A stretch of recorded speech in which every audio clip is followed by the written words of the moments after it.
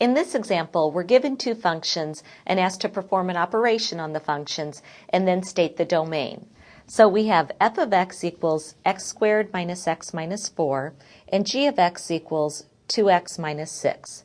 And we're asked to find f over g of x. Well, f over g of x is really the same thing as f of x divided by g of x.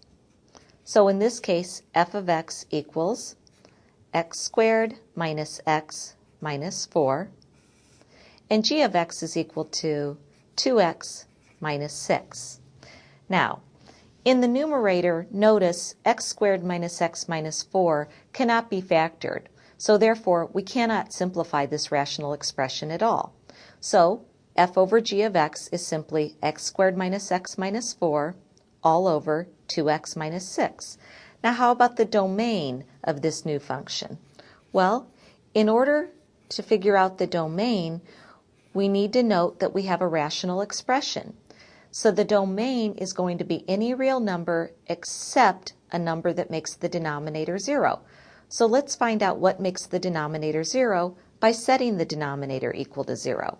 So let's set 2x minus 6 equal to 0, and we get 2x equals 6 or x equals 3. Now remember, this value x equals 3 is the only number that is not in the domain. So we're ready to state our domain.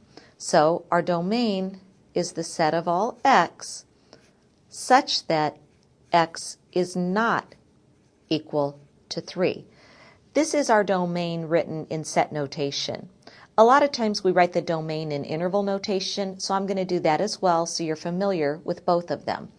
So we want any value of x except 3. So we can write that as negative infinity, comma, 3 on an open interval, union 3, comma, positive infinity.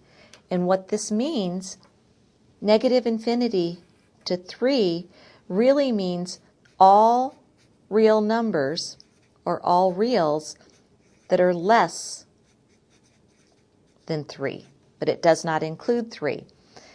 Union, the 3 to positive infinity, really means all real numbers or all reals greater than 3.